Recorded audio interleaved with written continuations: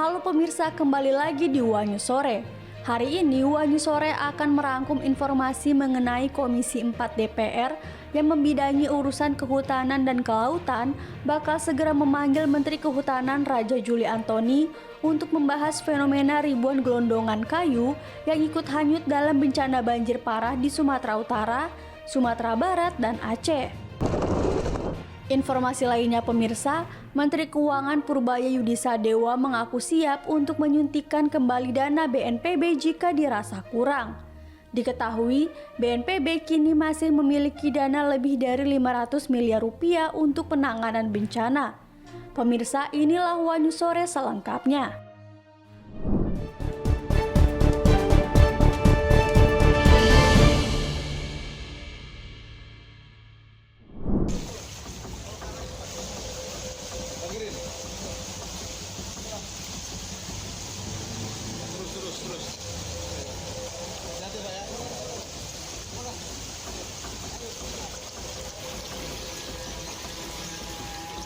Situasi bencana alam di beberapa daerah Indonesia membuat Menteri Koordinator Bidang Pemberdayaan Masyarakat Muhaimin Iskandar atau Cak Imin mengajak beberapa menteri untuk melakukan taubatan nasuha.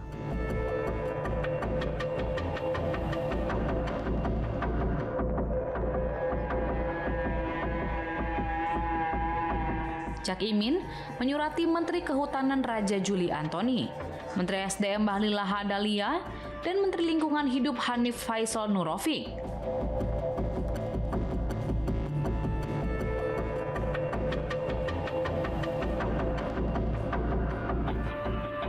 Hal itu disampaikan Cak Imin dalam agenda Lokakarya Kepala Sekolah untuk program SMK Go Global sebagaimana disiarkan dalam akun YouTube Kemenko PM RI pada Senin 1 Desember 2025.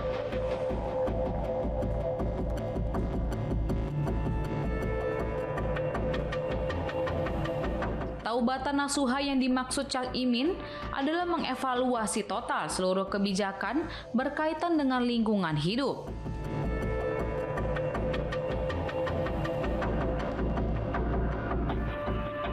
Ia menilai bencana alam hidrometeorologi yang memakan korban sangat banyak di kawasan Sumatera.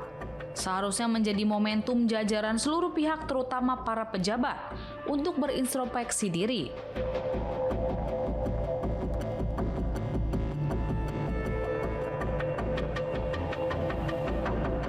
Terdapat dua hal yang ditekankan Cak Imin, yakni pertama, kesalahan manusia sendiri, kedua, perencanaan dan antisipasi yang masih rendah.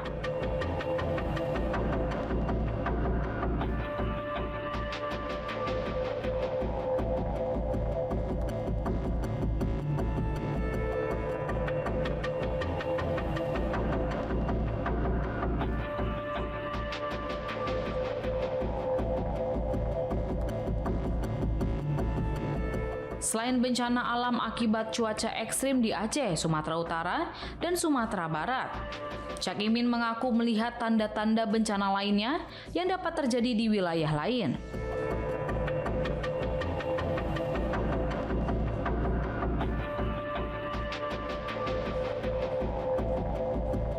Cak Imin menyebut kunci dari taubatan nasuha adalah evaluasi total terhadap kebijakan yang ada dari semua aspek.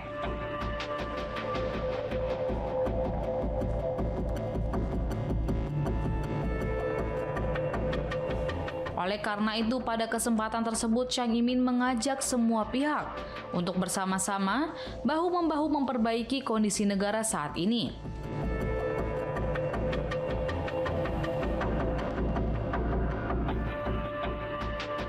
Di momen tersebut, Ketua Umum Partai Kebangkitan Bangsa atau PKB itu menyebut sejumlah menteri yang menurutnya punya kaitan dengan persoalan bencana yang terjadi sekarang ini.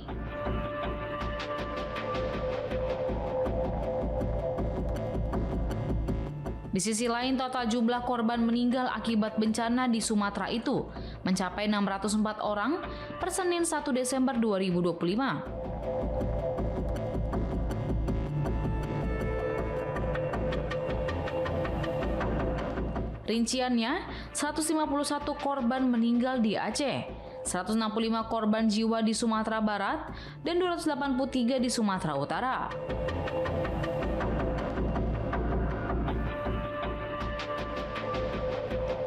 Sedangkan total jumlah korban hilang sebanyak 464 jiwa, korban luka 2.600 jiwa, dan yang terdampak 1,5 juta.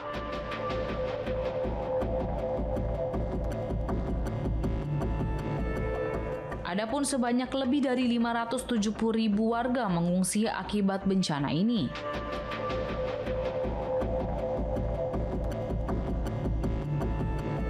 BNPB juga mencatat 50 kabupaten terdampak dengan 3.500 unit rumah rusak berat, 4.100 unit rusak sedang, dan 2.500 rumah rusak ringan.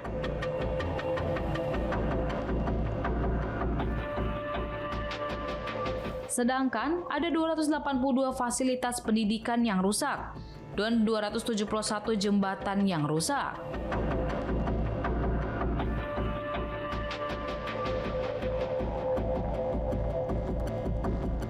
Hari ini saya berkirim surat ke Menteri Kehutanan, ke Menteri ESDM, ke Menteri Lingkungan Hidup untuk bersama-sama evaluasi total seluruh kebijakan, policy, dan langkah-langkah kita sebagai wujud komitmen dan kesungguhan kita sebagai pemerintah. Bahasa NU-nya taubatan nasuha, kira-kira gitu.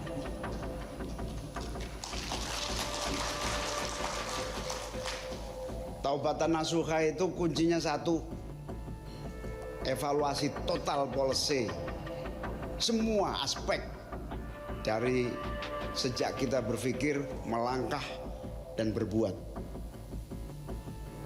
Kiamat bukan sudah dekat, kiamat sudah terjadi akibat kelalaian kita sendiri. Semoga yang sedang mengalami musibah segera mendapatkan bantuan, keluarga, dan kesabaran selalu menyertai kita semua. Amin ya Rabbal Alamin. Bapak Ibu sekalian yang saya muliakan,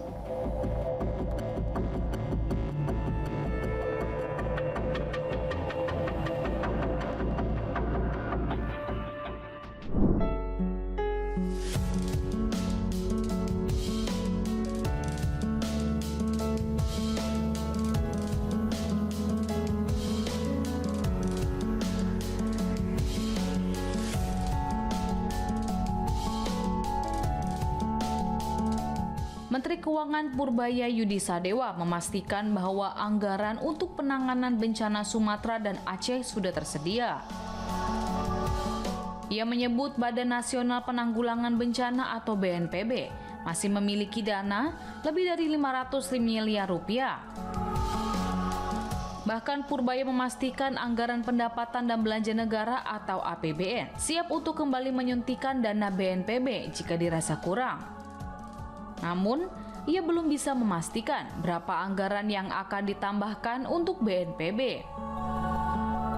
Terkait besaran angka dapat disesuaikan dengan permintaan dari lembaga itu sendiri. Bahkan bendahara negara itu berkelakar bahwa Kementerian Keuangan sendiri siap mengalokasikan anggaran kepada BNPB. Terlebih, instansi yang dipimpinnya memiliki banyak uang alias kaya.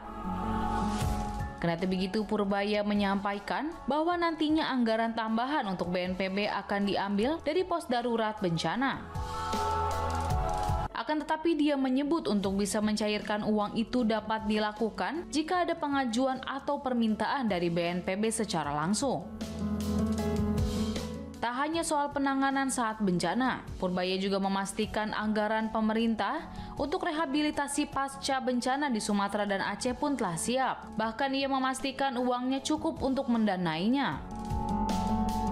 Sementara itu jumlah korban akibat banjir dan longsor di Sumatera kembali meningkat.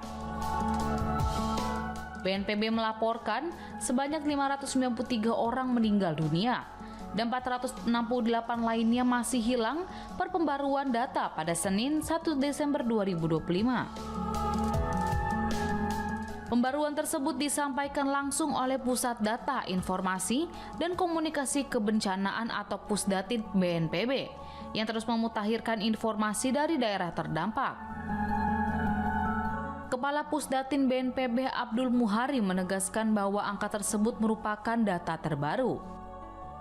Selain korban jiwa, BNPB mencatat sedikitnya 2.600 warga mengalami luka-luka dan total penduduk terdampak mencapai 1,5 juta jiwa. Hingga kini, sebanyak 578.000 orang masih berada di lokasi pengungsian.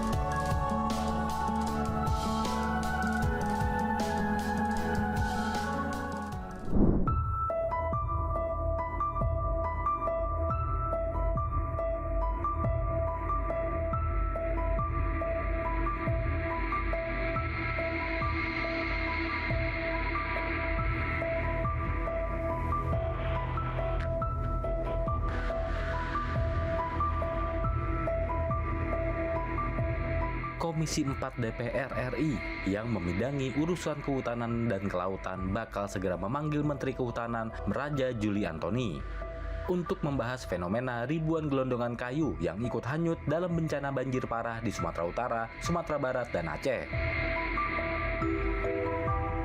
Wakil Ketua Komisi 4 DPR, Alex Indra Lukman, mengatakan pihaknya telah menjadwalkan rapat tersebut pada Kamis 4 Desember 2025 mendatang.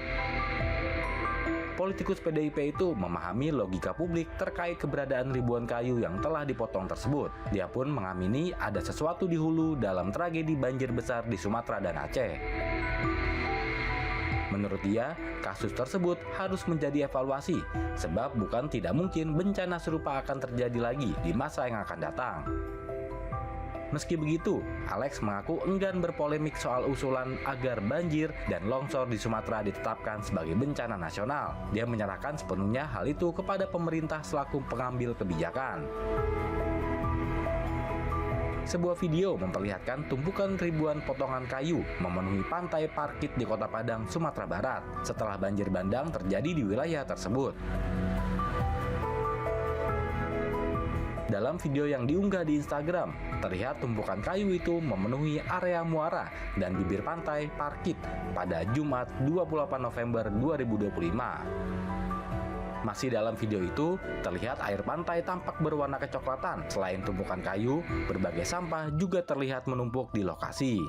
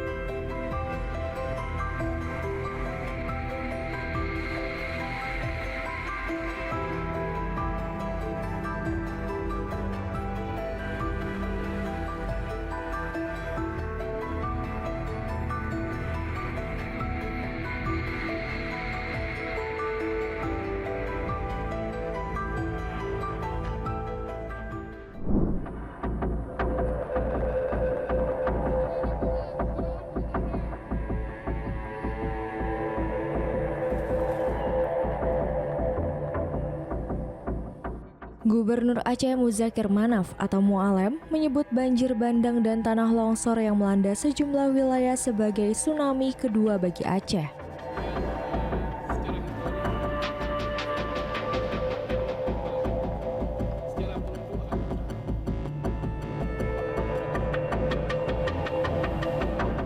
Ia mengatakan skala kerusakan sangat besar, bahkan beberapa kampung hilang tersapu arus tanpa meninggalkan jejak.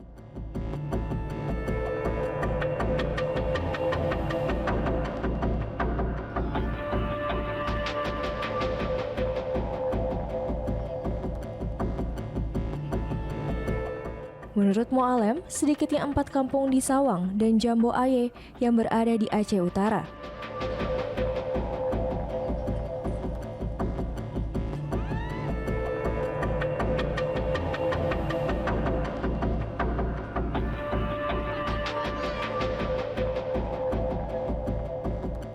Serta Pesangan di Biren lenyap akibat terpaan banjir bandang dan longsor.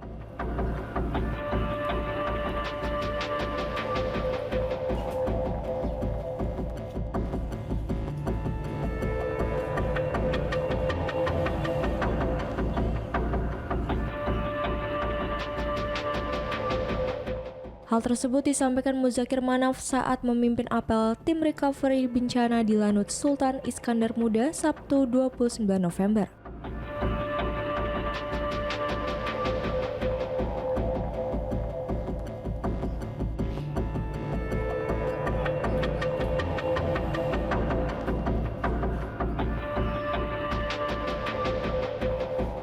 Ia menekankan bahwa penanganan bencana di 18 kabupaten kota harus dilakukan cepat dan tepat.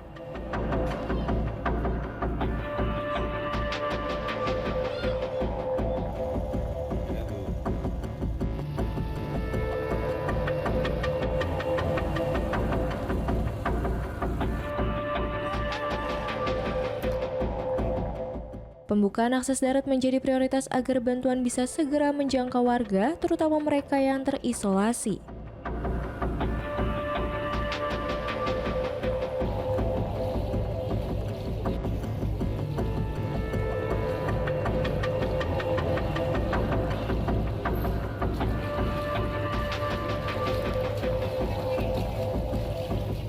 Hingga Senin 1 Desember, bantuan logistik mulai menjangkau kawasan yang sebelumnya terputus.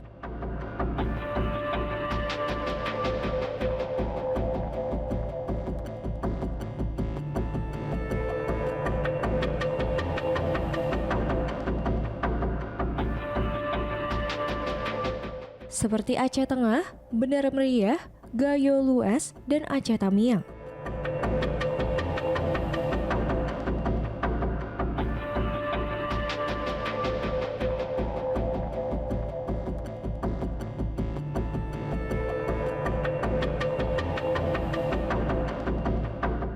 Namun distribusi masih terbatas karena akses darat belum sepenuhnya pulih dan beberapa lokasi hanya bisa dicapai melalui jalur udara.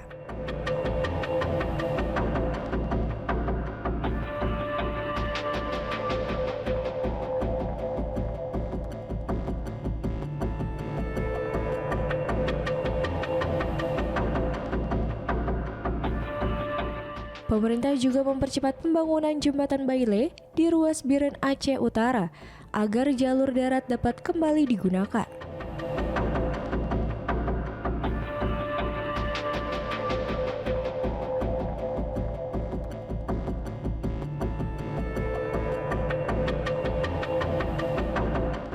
Data sementara mencatat 102 korban meninggal dan 116 orang masih hilang akibat banjir dan longsor hingga Minggu 30 November.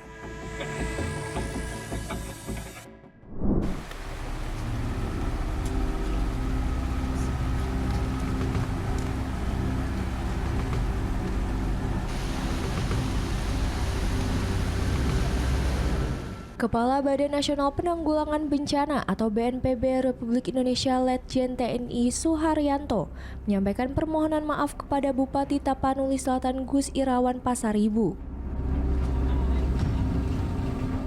terkait banjir bandang yang melanda Kecamatan Batang Toru, Kabupaten Tapanuli Selatan, Sumatera Utara. Saat meninjau Batang Toru pada Minggu 30 November sore, Suharyanto menyampaikan rasa sedih mendalam melihat rumah warga dan fasilitas umum rusak akibat banjir bandang yang disertai gelondongan kayu besar pada Selasa 25 November lalu.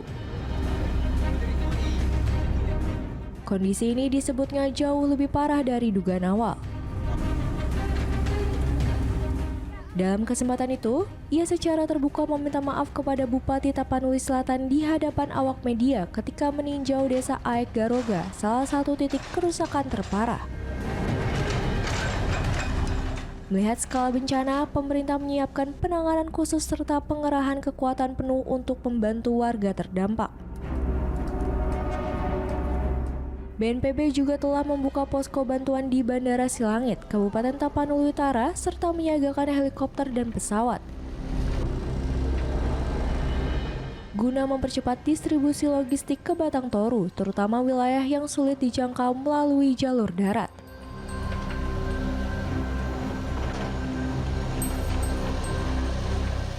Tapanuli Utara relatif tidak terlalu, kecuali yang Adian Koting itu ada pengungsi 600 kakak juga sudah kami bantu ya. Kemudian seperti Langkat kemarin diberitakan juga kami sudah komunikasi dengan bupatinya, Hubang Hasildutan, Mandailing Natal, relatif semuanya lebih terkendali meskipun semuanya terjadi bencana juga. Tapi kalau perbandingan tingkat keparahannya seperti itu. Nah, Tapsel ini saya surprise begitu ya, saya tidak mengira sebesar ini. Saya mohon maaf Pak Bupati, baru kali ini. Bukan berarti kami tidak peduli begitu. Ya mungkin karena Pak Agus, Pak Yana Mora ini nggak mau terlalu membebani pikiran, jadi masih semangat terus begitu. Artinya logistik dan segala macamnya masih tercover.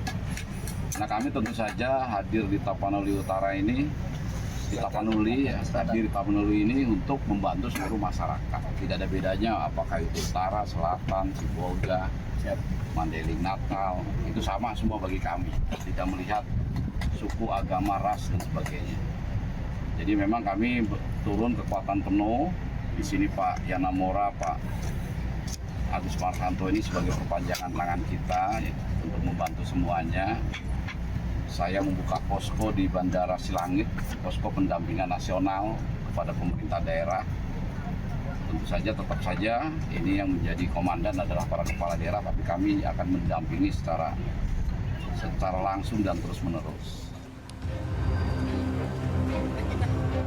Sebelumnya, pada Jumat 28 November, Suharyanto sempat menepis informasi di media sosial yang menggambarkan seolah-olah seluruh wilayah Sumatera mengalami kondisi mencekam. Ia menjelaskan bahwa situasi di banyak daerah sudah membaik, meski beberapa wilayah masih terdampak cukup serius, khususnya Tapanuli Tengah. Menurut BNPB, rangkaian banjir dan longsor di Sumatera Utara, Sumatera Barat, dan Aceh masih berada pada tingkat penanganan provinsi sehingga tidak perlu ditetapkan sebagai bencana nasional. Meski begitu, pemerintah pusat memastikan dukungan besar-besaran tetap diberikan. Sampai saat ini, korban meninggal akibat banjir bandang Batang Toru mencapai 40 orang. 7 diantaranya belum teridentifikasi dan telah dimakamkan secara massal.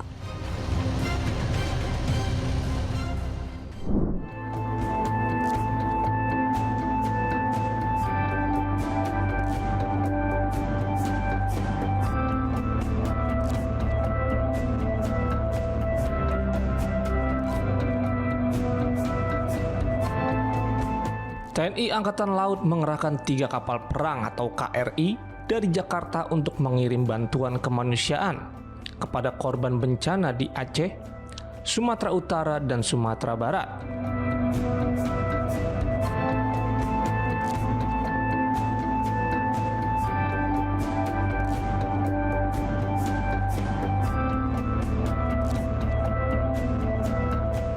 Kepala Staf Angkatan Laut atau Kasal Laksamana TNI Muhammad Ali menyampaikan bahwa pengiriman diperkirakan membutuhkan waktu 2 hingga 3 hari sebelum bantuan tiba di lokasi terdampak.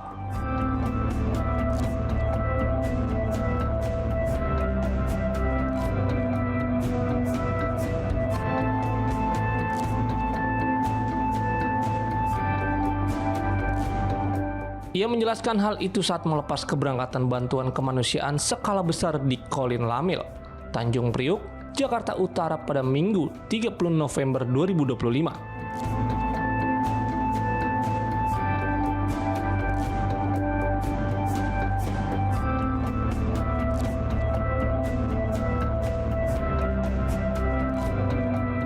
Tiga kapal yang bertolak dari Jakarta yaitu KRI Dr. Suharto 990 menuju Langsa, KRI Teluk Gilimanuk 531 menuju Lok Semawe, dan KRI Semarang 594 menuju Nias.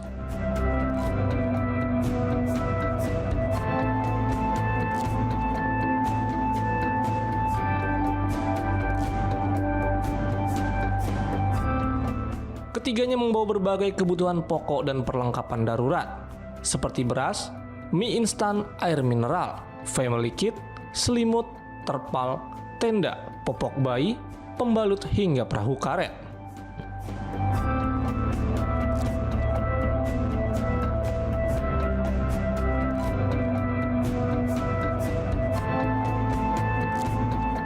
Selain itu, dua KRI lain turut mendukung operasi dari wilayah berbeda, yakni KRI Dr. Rajiman Widyoningrat 992 dari Surabaya menuju Sibolga.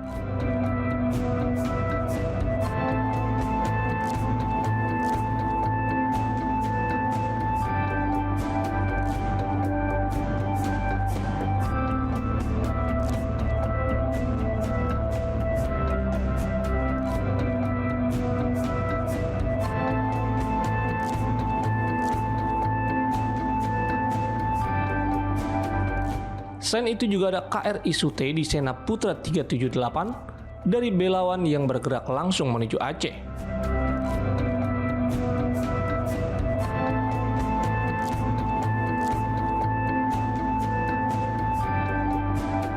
Untuk menjangkau wilayah terpencil yang terputus akses darat, TNI Angkatan Laut menyiagakan 5 helikopter, termasuk heli Panther, guna mengirim logistik ke titik-titik yang sulit dijangkau.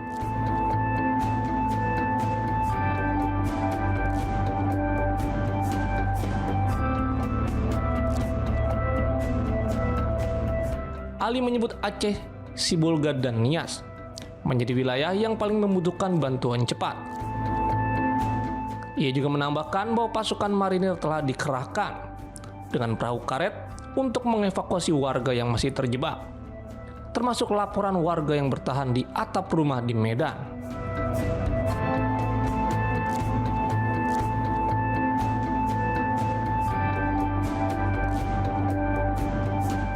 Sementara itu, Wakil Gubernur DKI Jakarta Rano Karno menjelaskan bahwa bantuan yang dikirim berasal dari BUMD DKI, PMI, Basnas, serta masyarakat Jakarta.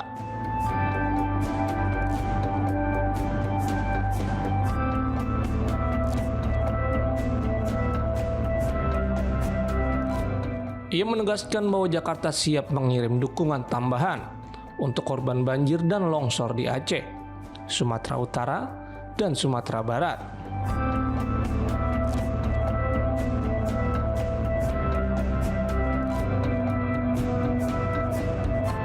Menurutnya, tantangan terbesar justru muncul setelah bencana mereda, ketika masyarakat harus memulihkan rumah, memperbaiki fasilitas umum, dan memenuhi kebutuhan hidup sehari-hari.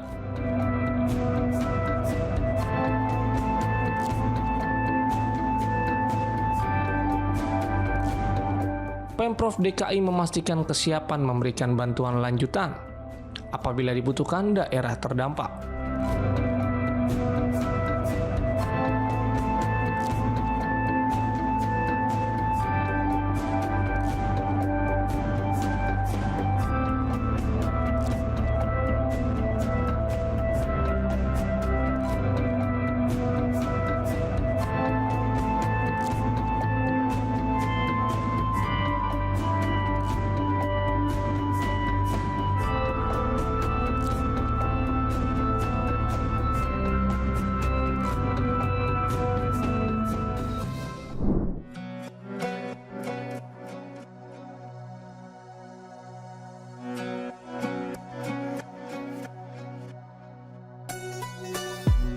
Ketua Dewan Ekonomi Nasional atau DN Luhut Binsar Panjaitan mengungkapkan bahwa dirinya merupakan pihak yang memberi persetujuan awal pembangunan Bandara IMIP di Morowali.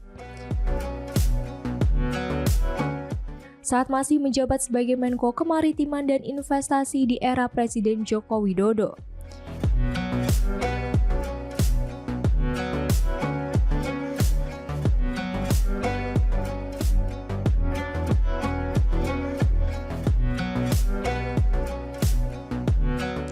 Keputusan itu diambil dalam sebuah lintas kementerian yang ia pimpin sebagai bagian dari fasilitas yang diberikan pemerintah untuk mendukung investasi hilirisasi nikel di kawasan Indonesia Morowali Industrial Park atau IMIP.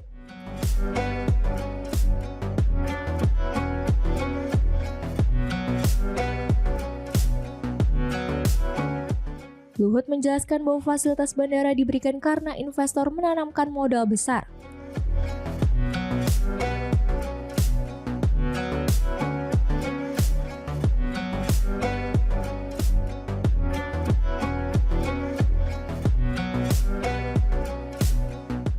Untuk mengubah biji nikel menjadi produk bernilai tambah seperti stainless steel hingga bahan baku komponen baterai.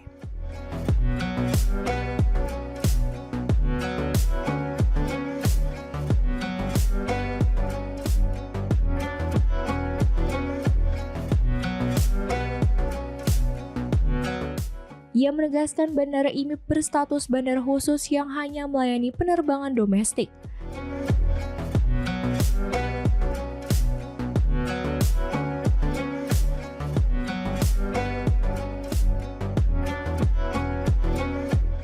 Sehingga tidak memerlukan kehadiran imigrasi atau bea cukai sebagaimana ketentuan dalam undang-undang.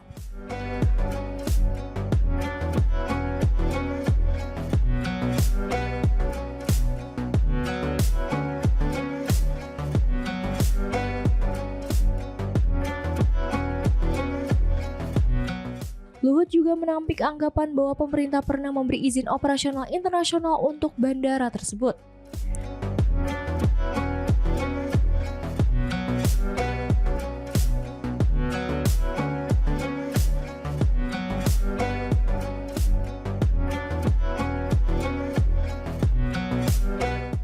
Lebih jauh, ia menyebut nikel memang penuh tantangan, tetapi mendapat dukungan Presiden Joko Widodo karena kerjasama teknologi dengan Cina dinilai strategis.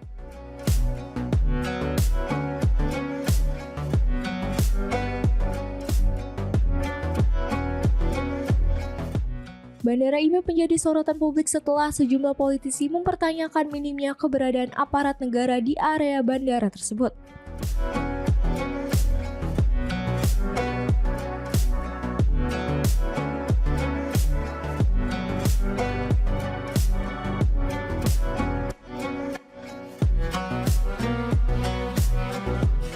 Termasuk Menteri Pertahanan Syafri Samsudin yang menilai tidak ada otoritas pemerintah seperti bea cukai maupun imigrasi di bandara tersebut.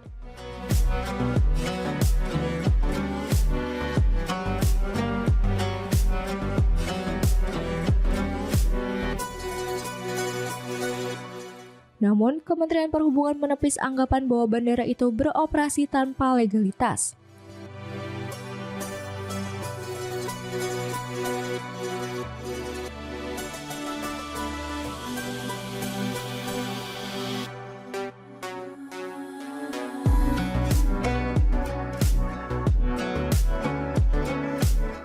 Wakil Menteri Perhubungan Suntana menegaskan bahwa Bandara IMIP telah terdaftar secara resmi dan memiliki izin sebagai bandara khusus.